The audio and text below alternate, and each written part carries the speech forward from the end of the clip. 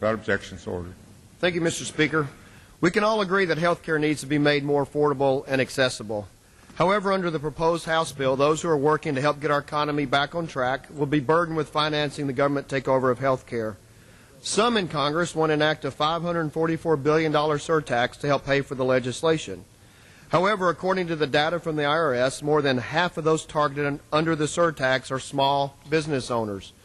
Small businesses have historically employed more than half of the U.S. workforce and have created more than 72% of the new jobs across the country.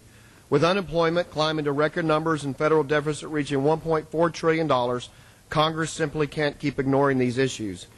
Prior to being elected to Congress this year, I was working for my family's small business and know how important small businesses are, not only to local communities, but to our national economy as well. Imposing taxes on small businesses that are doing all they can to stay afloat is not a viable answer and could make job losses even worse. I yield back. Goes back his time. For what purpose, gentleman from New Jersey?